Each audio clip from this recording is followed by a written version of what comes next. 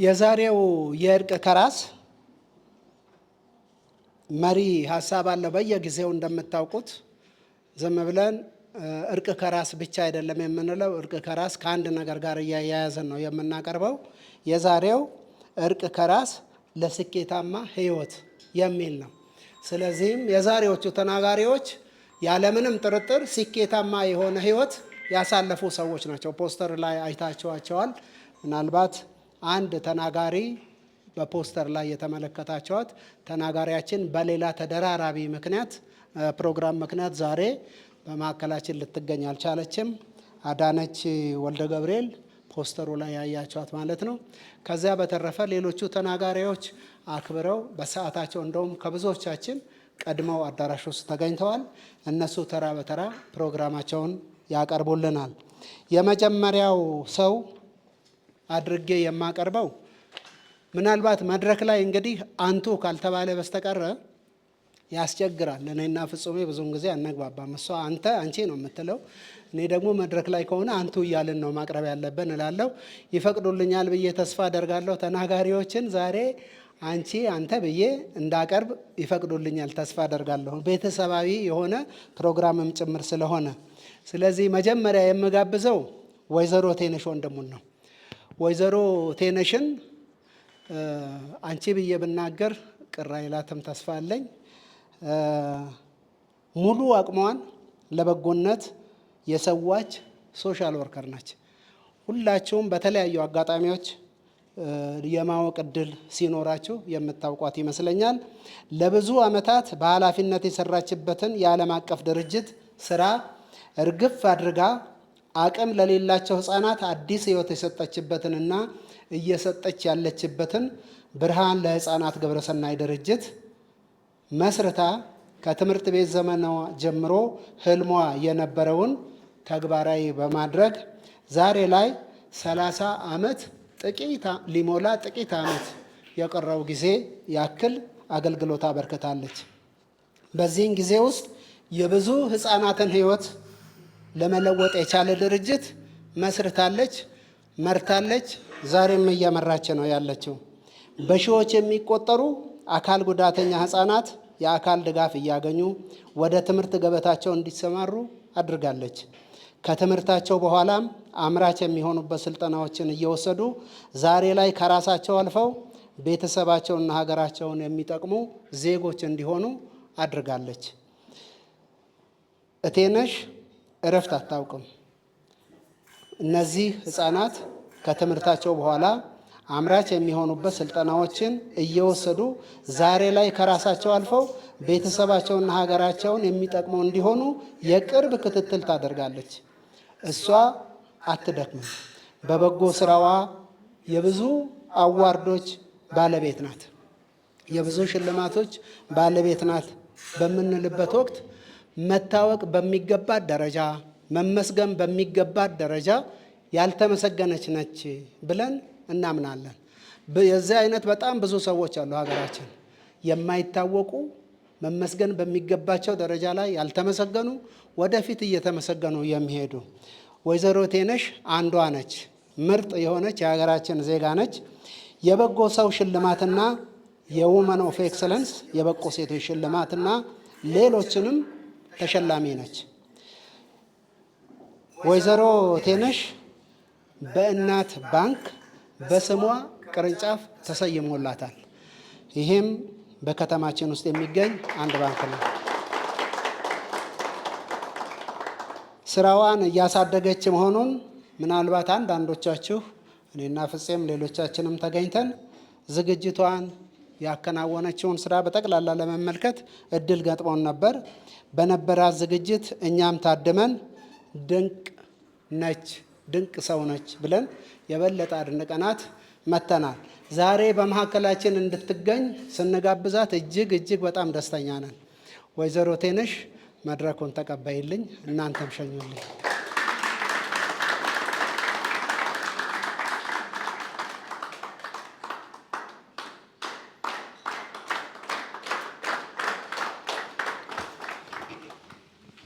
እንደምን ዋላችሁ?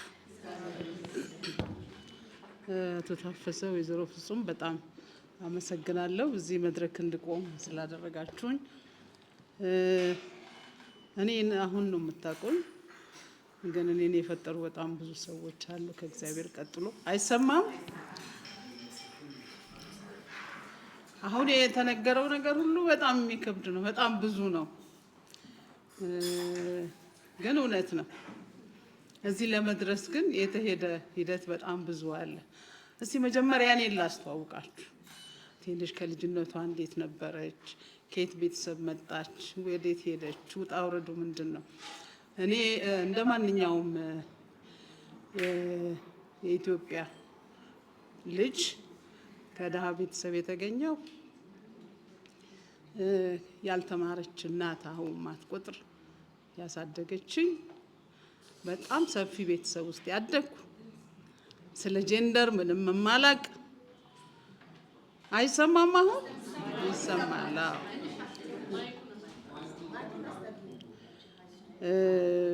በልጅነቴ ስካውት የነበርኩ በጣም ስፖርት ምወድ፣ ፌዘር የሚጫወት፣ የእግር ኳስ የሚጫወት፣ በትምህርት ቤት ከመግባቴ በፊት መንግስት ትምህርት ቤት ማለት ነው በቄስ ትምህርት ቤት የተማርኩ፣ መዝሙር ዘምሬ ባንዲራ ሰቅዬ የተማርኩ፣ ክሊና አስተማሪዎች ቆመው ያስዋጡኝ፣ ሳሙናና የዱቄት ወተት እየተሰጠኝ ያደኩ። ወደ ሃይ ስኩል ሲሄድ ደግሞ በጣም በነገራችሁ ላይ ትምህርት በጣም ወዳለሁ፣ በጣም ጎበዝ ነኝ። አንደኛ ሁለተኛ ወጣለሁ። በትምህርት ቤት በጣም እመሰገናለሁ፣ በጣም እሸለማለሁ። ሃይ ስኩልም እንደዛው ነው የቀጠለው። ከዛ ልፌ ዩኒቨርሲቲ ስገባ ደግሞ እድገት በብረት ሄድኩ። ትምህርቴን ጨርሼ በጣም መንግስት መስሪያ ቤት የገባው። በእኛ ጊዜ ምደባው እንደዚህ ነበር። ከዛ መንግስት መስሪያ ቤት ገብቼ 9 ዓመት የሰራው፣ ከዛ 9 ዓመት ደግሞ ኢንተርናሽናል ኤንጂኦ የሰራው፣ ከዛ ደግሞ ብርሃን ለህፃናትን የመሰረትኩ። አሁን እኔ እዚህ ያለሁት ነኝ። ግን እዚህ ለመድረስ ምን ውጣ ውረድ ነበረው። እኔ በልጅነት ጊዜ አንዱ መሰረታዊ ለልጆች አስፈላጊው ፓረንቲንግ ነው ብዬ ነው የማስበው። የኔ እናት በጣም ጎበዝ፣ በጣም ትምህርት የገባት። በነገራችሁ ላይ ሀው አታውቅም፣ አታነብም፣ አትጽፍም። ግን በጣም ብዙ የቤተሰብ አባላትን ያስተማረች። አሁን ብንቆጥራቸው ስንቱ አሜሪካ ሄዷል፣ ስንቱ እንግሊዝ ሄዷል፣ ስንቱ የት ሄዷል። እና እንደዛ አይነት እናት ነበረች። ስለዚህ እኔ ለልጆች ውጣ ውረዱን በኋላ በደንብ ነግራችኋለሁ ብያችኋለሁ። የድሃ ቤተሰብ ልጅ ነበርኩ። ችግር አልፈታኝም። ምክንያቱም የነበረኝ የህይወት ፍልስፍና ጥሩ መልበስ፣ ጥሩ መብላት አልነበረም። ይሄ ደግሞ ከየት መጣ? ከእናቴ ነው። እናቴ በጣም ጎበዝ ነበረች። ኖሯት አይደለም ሳይኖራት የምትሰጥ፣ ሀብታም የሆኑ ወንድሞቿን፣ እህቶቿን፣ ዘመዶቿን ከባላገር መሬት የሞላቸውን ልጆቻቸውን እያመጣች እናንተ እንደ ከብት ምግብ ትመግባላችሁ፣ ለጭንቅላታችሁ ግን ለጭንቅላታቸው የምትሰጧቸው ነገር የለም ብላ አምጥታ ታስተምራለች። ከእሷ ደግነትን ተማርኩ። ከእሷ ሳይኖር መስጠትን ተማርኩ። እና እኔ ለልጆች ለአጋጣሚ እዚህ ብዙ ወጣቶች የለንም እንጂ በህፃንነት መሰረት መጣል ያስፈልጋል። የቤተሰብ እገዛ ያስፈልጋል። ቤተሰብ መማር አይኖርበትም። ቤተሰብ ማወቅ አይኖርበትም። እኔን የፈጠሩ አሁን ያለሁበትን ደረጃ እንድኖር መሰረት የጣለችው ያልተማረችው ማንበብ መጻፍ የማትችለው እናቴ ነበረች። ሌላ ደግሞ ኢንፍሉዌንስ የሚያደርግ በእኛ ጊዜ ሶሻል ሚዲያ አልነበረም። እኔ በጣም ብዙ ጓደኞቼ ወንዶች ናቸው። በጣም መማር እፈልጋለሁ፣ ማንበብ እፈልጋለሁ። ቤት ስራ በጣም እሰራለሁ። በነገራችሁ ላይ ስራ ያጠነክራል፣ ስራ ያጎብዛል። እኔ ብዙ ስራ ሰራ ነበር። እንደውም የጎረቤት ስራ ሁሉ ሰራ ነበር። ስራ በጣም ወዳለሁ፣ አነባለሁ። የጠዋት ሰው ነኝ። ሰዓት በጣም አከብራለሁ። ሰዓቴን በጣም እጠቀማለሁ እና አይ ቲንክ እነዚህ መሰረቶች እኔ ያለሁበትን ቴነሽን የፈጠሩ ይመስለኛል። ሌላ እኔን የፈጠረ ትምህርት ቤቶቼ ናቸው። በእኛ ጊዜ መምህራኖቻችንን በጣም እናከብር ነበር፣ በጣም እንወድ ነበር፣ በጣም እንፈራ ነበር። የሚገርም ነው። እነሱ በሄዱበት መንገድ አንሄድም ነበር። መምህራን የሚወዱን የሚያከብሩን በትምህርታችን በውጤታችን ነበር። በጣም እከበራለሁ፣ በጣም እወደዳለሁ። በጣም ብዙ ጊዜ ሽልማት ይሸለማሉ። ደብል አልፋለሁ። የሚገርመው እና ማተኩረው ትምህርቴ ላይ ነው እንጂ ሌላ ነገር አለ። ምናልባት በጣም የሚዘንጡ ልጆች አሉ። በጣም ጥሩ ኑሮ የሚኖሩ ልጆች አሉ። ግን በህይወት ይሄ ፐርፐስ የሚባል ነገር፣ ራዕይ የሚባል ነገር፣ ለህይወት መሪ የሚሆን በህይወት ቫልዩ የምናደርገው ነገር፣ ምናልባት ቫልዩ የምናደርገው መኪና ከሆነ መኪና ሲገዛ ይበቃል። ምናልባት ቫልዩ የምናደርገው ዲግሪ ማግኘት ከሆነ ዲግሪ ስናገኝ ያበቃል። ምናልባት ቫልዩ የምናደርገው ነገር ባል ማግባት ከሆነ ባል ስናገባ ይቀራል። እና የምናየውና የምናልመው ነገር በጣም ትልቅ መሆን አለበት። ያ ትልቅ ህልም አቅም በፈቀደ መጠን ተግባራዊ ይሆናል። እኔ አንዱ በጣም ከብዙ ጎበዝ ወንዶች ጋር እማር ነበር፣ አጠና ነበር። በእኛ ጊዜ ሶሻል ሚዲያ አልነበረም። በጣም የቤተ ክርስቲያን ሰው ነበርኩ በልጅነቴ። ሕፃን ሆኜ ከአያቴ ጋር 16 ፍልሰታን ማልቆይ ማላዛባ። እናቴ ሌላ በጣም ብዙ ስራ ስላላት ከአያቴ ጋር ነበር የምሄደው። እዛም ሆኜ ደግሞ የክርስቲያን አበው አባል፣ እንደገና ደግሞ ስካውት። ሶሻል ሚዲያው የአሁኑ ሶሻል ሚዲያ እኔ ጋር የነበረው ደግሞ በቃ የተለያዩ ኤክስትራ ካሪኩለር አክቲቪቲስ ላይ የተያያዙ ነበሩ። እርሻ እንሰራለን፣ ልብስ እንሰፋለን፣ እጅ ስራ እንሰራለን። ትምህርት ቤት ቢዚ ያደርገናል።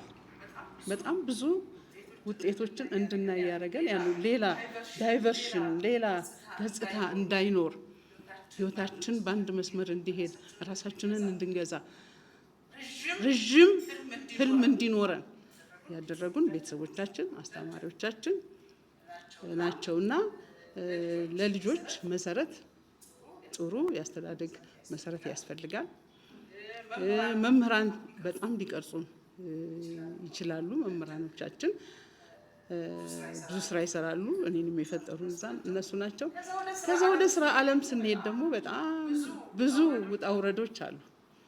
በስራ ዓለም አለ፣ በትምህርት ዓለም አለ። ግን እኛ እንዴት ነው ክፉን ወይም ደግሞ ቻሌንጆችን ወደ በጎ የምንለውጠው? በትምህርትም በስራም በተለያዩ የህይወት ዘርፎች ቻሌንጅ የምናደርጋቸው፣ ህይወትን ቻሌንጅ ማድረግ መቻል። ለምሳሌ በስራ ዓለም አለቆቻችን ላይ ወዱን ይችላሉ። ጥሩ ውጤት አምጥተን ያን ጥሩ ውጤት እኛ እንዳመጣን ሳይቆጥሩት ሌላ ሰው እንዳመጣ ወይም እነሱ እንዳመጡት አድርገው ሊያወሩ ይችላሉ፣ ሊያርጉም ይችላሉ። ብዙ ቻሌንጆች ይገጥማሉ። እንዴት አድርገን ነው ይህንን የምንወጣው? ሲቹዌሽንን ቻሌንጅ ማድረግ የምንችል ሰዎች መሆን አለብን። ለበጎ ህይወት ብቻ ግሪን ልምድ ወይም ደግሞ ደስተኛ የምንሆን ሳይሆን ለሚያስቸግሩን ነገሮች ሁሉ መፍትሄ የምንፈጥር፣ በፕላን የምንኖር፣ ህይወታችንን መንገዳችንን መምራት የምንችል መሆን መቻል አለብንና እኛ እዚህ ልንደርስ የቻልነው እኔ እዚህ ልደርስ የቻልኩት ራሴን እመራለሁ፣ በፕላን እኖራለሁ።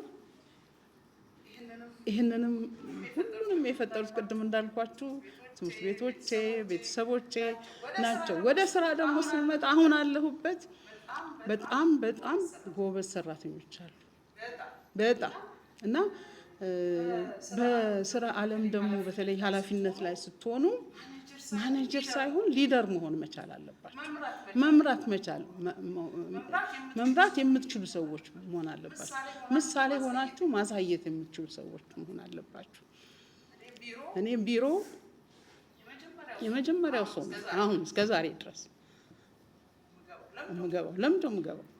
ምክንያቱም እኔ አንድ ሰዓት ሳልገባ ሌላውን 2 ሰዓት መግባት አለብህ ወይም በጊዜ መግባት አለብህ ብዬ ማለት ይችላል። እኔ ሰርቼ ሳላሳይ ሌላው ሰው ያንን እንዲሰራ ማድረግ አልችልም። ስለዚህ ምሳሌ መሆን አለብኝ። ጥሩ ሰራተኞች ቢኖሩም ጥሩ ውጤት ቢኖርም ያ ውጤት እንዲቀጥል የተሻለ ነገር እንዲኖር ማድረግ የምንችለው እኛ ምሳሌ ስንሆን እና እኔ የረዳኝ በትንሽ ነገር ምረታ አይደለሁም። በህይወቴ ዋጋ የምሰጠው በጣም ብዙ ነገር አለ። ያንን ተግባራዊ ለማድረግ ደግሞ እያንዳንዷን ቀን በፕላን የምጠቀምበት ሰው ነው። በፕላን እኔ በውጤት ላይ በጣም የማተኩር፣ ለሰው ዋጋ የምሰጥ፣ ምሳሌ ሆኜ መታየት የምፈልግ በጣም ረዥም ህልም ያለኝ ነኝ። እኔ እንደ አላቅም እንግዲህ ይሄን ሁሉ የፈጠሩት ከእግዚአብሔር ቀጥሎ እናቴ ነች፣ ትምህርት ቤቶቼ ናቸው፣ በትዳር ላይ ደግሞ ባለቤቴ ነው። ምናልባት ያላገባችሁ ሰዎች ካላችሁ ወጣቶች ባል ስትመርጡ ወይ ሚስት ስትመርጡ ሰው ምረጡ። አለበለዚያ ግን አስቸጋሪ ነው።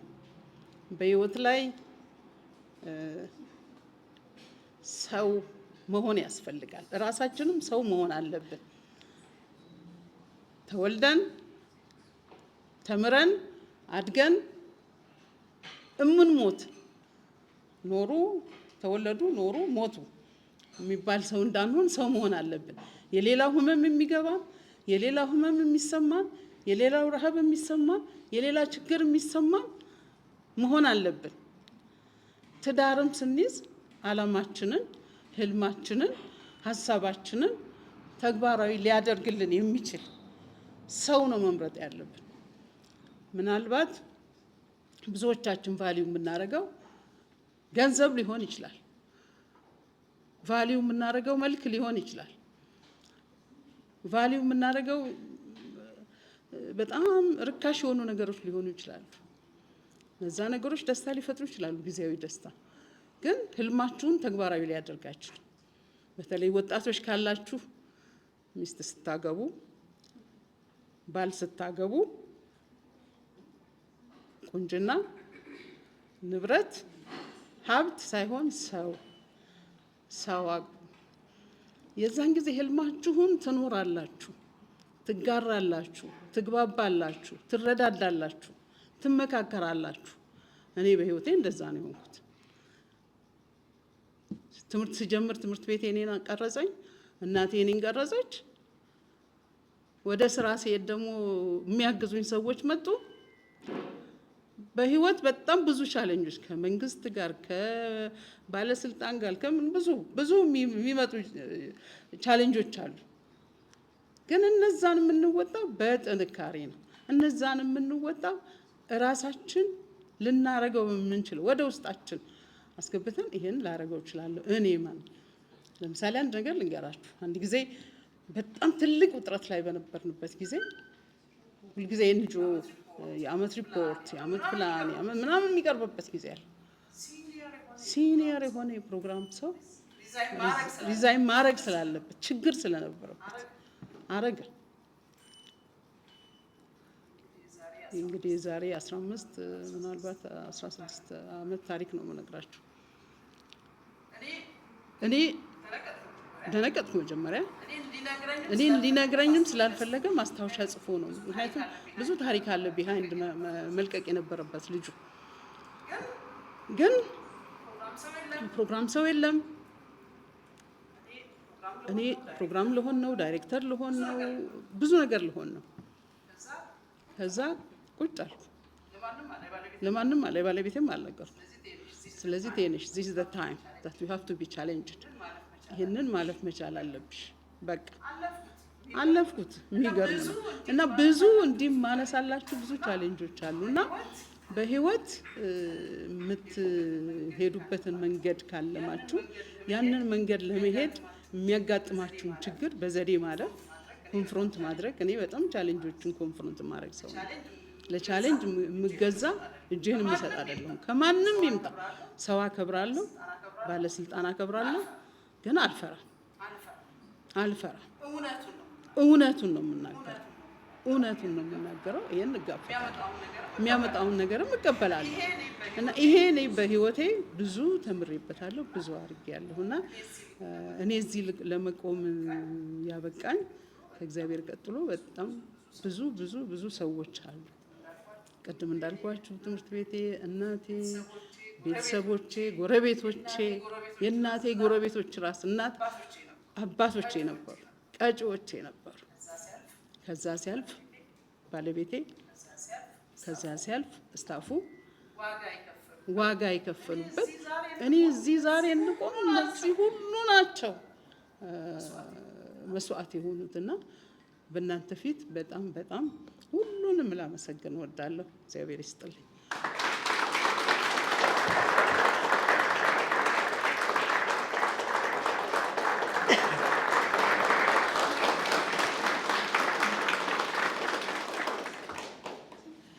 ወይዘሮ ቴነሽ ከልብ እናመሰግናለን። በሀገራችን የተለመደ አንድ ነገር አለ። ከእያንዳንዱ ወንድ ጀርባ ጠንካራ ሴት አለች የሚባል ነገር አለ። በግልባጭ ነው። ከእያንዳንዷ ጠንካራ ሴት ጀርባ ደግሞ ሌላ ጠንካራ ወንድ አለ። ባለቤቴ እያለች ታነሳ ነበረ። በዚህ አጋጣሚ የወይዘሮ ቴነሽ ስኬት ከአቶ አማከለው ጨርቆሴ አጠገቧ የተቀመጠ ባለቤቷ ነው። ከሷ የተለየ ስኬት አይደለም፣ አብሮ የተያያዘ ነው። ከልብ እናመሰግናለን አቶ አማከለው ላበረከትከው አስተዋጽኦ።